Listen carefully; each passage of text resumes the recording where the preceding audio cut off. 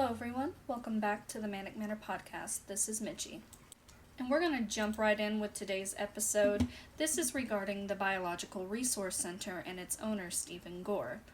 For anybody who doesn't know what went on with this happened roughly about a decade ago now in 2014, and it's one of many cases regarding deception in the donation of human bodies for science and any other purpose.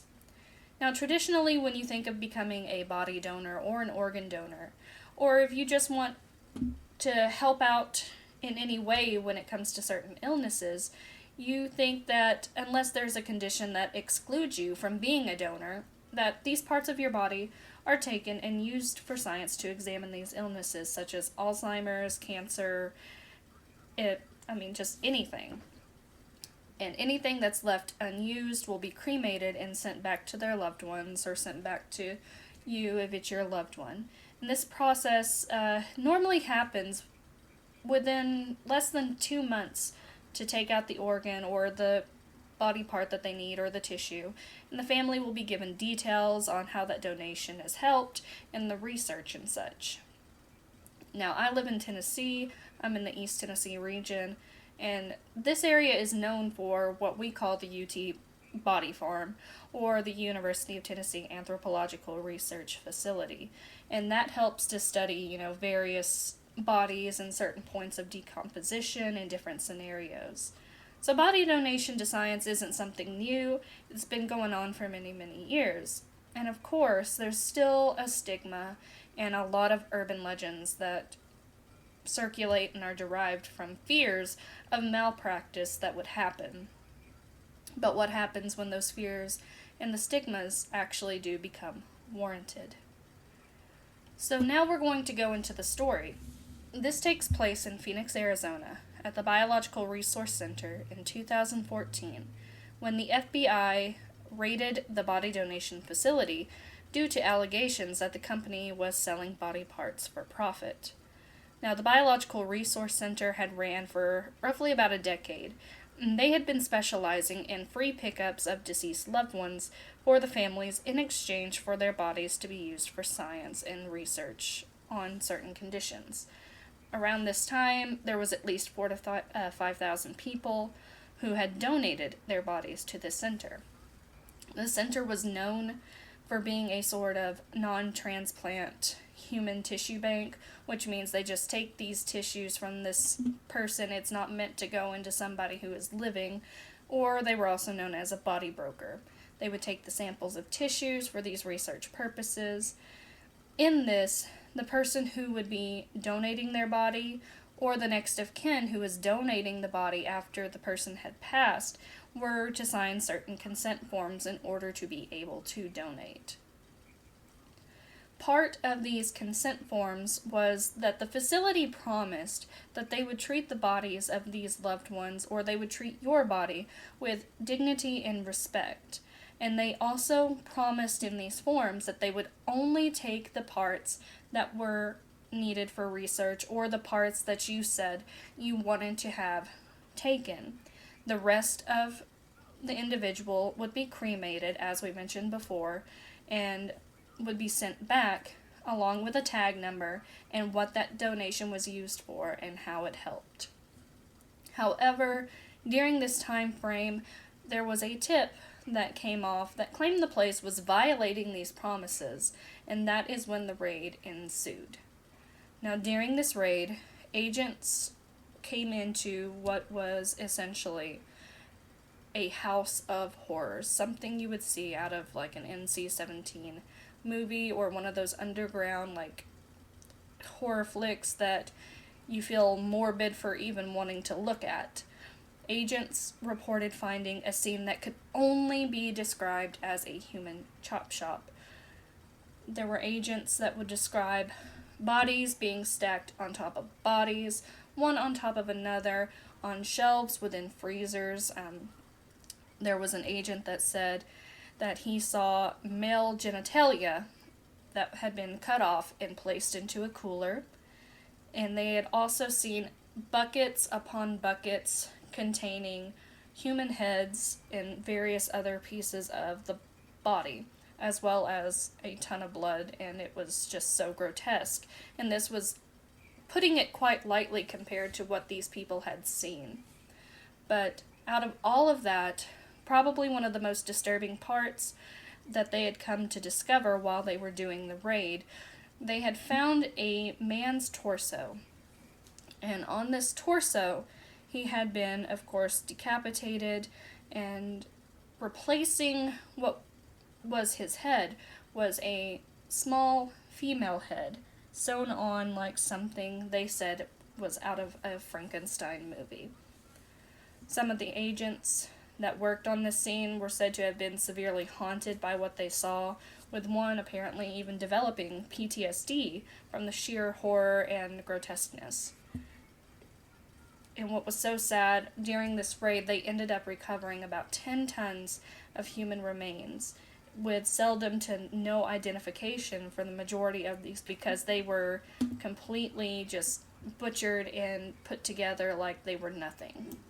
Now, as they were doing their research into this facility and what was going on, a report showed in 2013 that certain parts of the body, like a person without shoulders or a head, could be sold on the market for roughly about $2,900 at the time, a spine for $950, a liver for around $607, and lower legs for $350 a piece.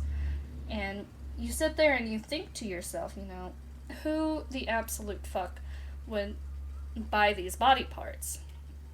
Well, I'll tell you, it showed that the Biological Resource Center was taking these parts and they were selling them to buyers that were like within the medical field, such as surgeons for practicing, as well as selling them to research facilities for studying disease and drugs.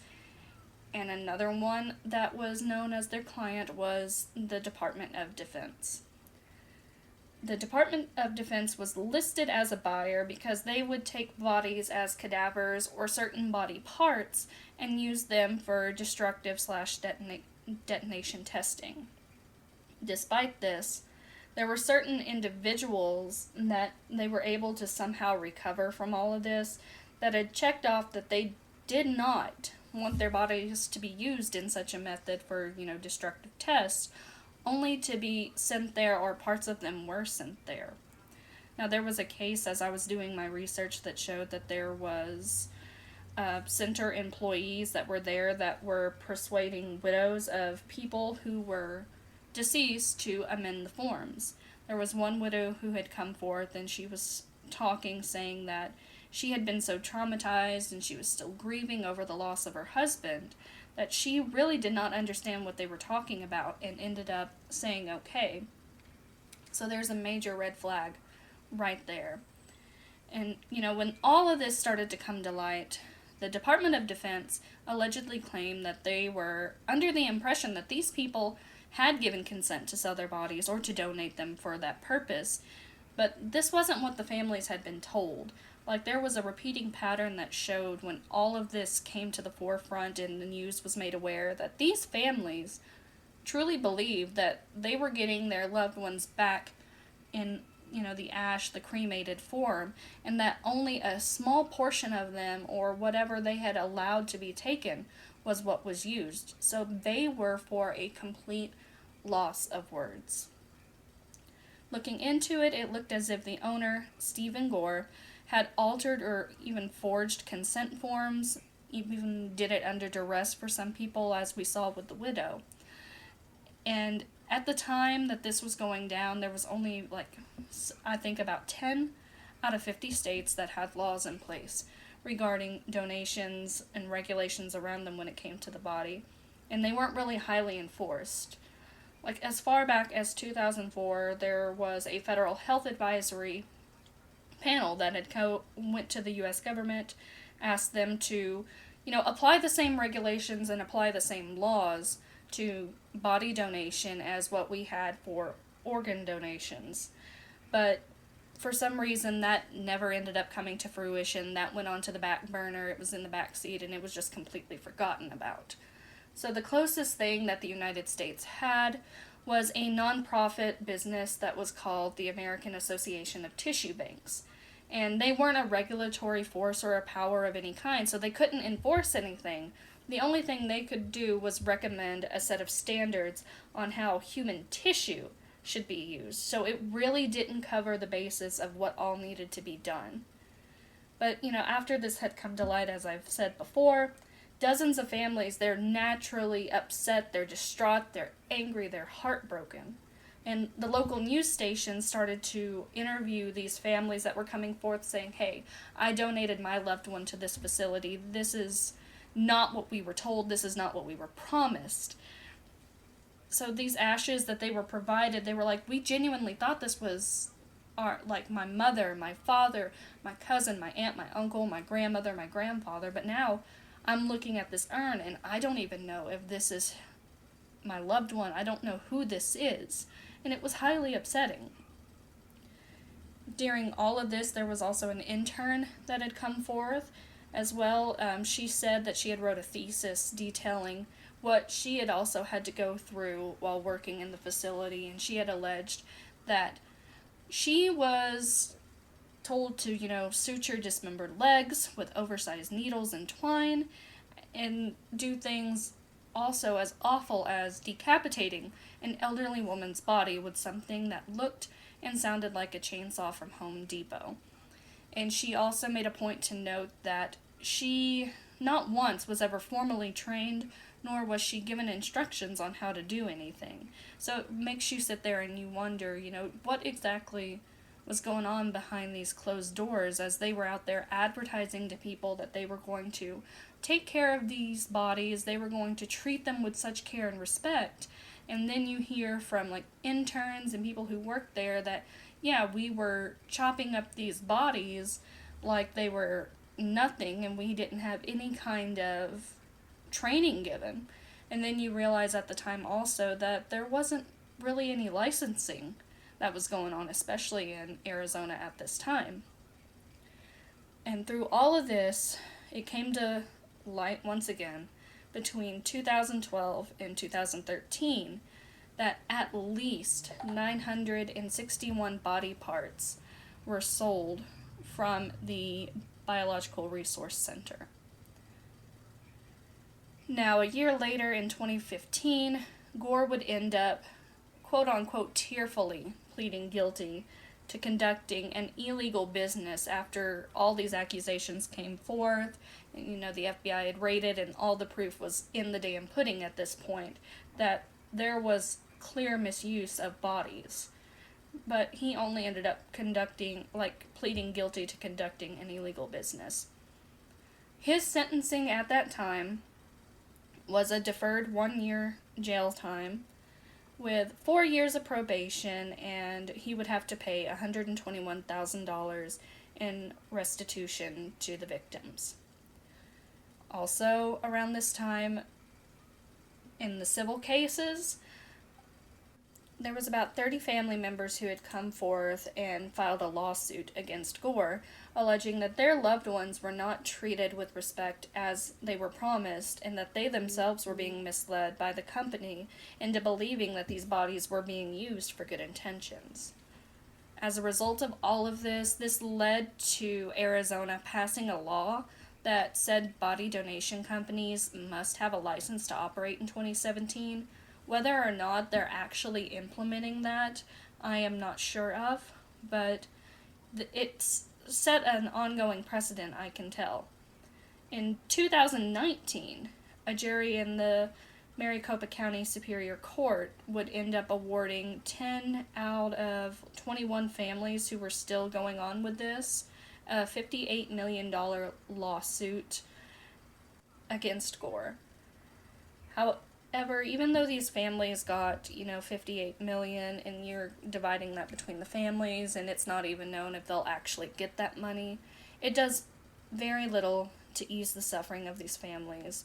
But if anything, we can hope that it has set a major precedent regarding regulations in body donation, so that nobody else has to suffer like these families did. So thank you guys for listening into this episode. I hope you enjoyed it. If there's anything you would like to add on, anything I could have missed, please feel free to let me know. You can reach out at manicmanorpodcast@gmail.com. You can also reach out on Facebook and Instagram and YouTube as well, Manic Manor Podcast. If you feel so inclined and you would like to support, I do have a Patreon set up as well, patreon.com/manicmanorpodcast. As always, it's not necessary, and I will continue to put out more episodes when I can, but anything that you guys would like to do to support would be greatly appreciated. So thank you guys so much, and I hope you all have a wonderful week, and we will see you in the next episode.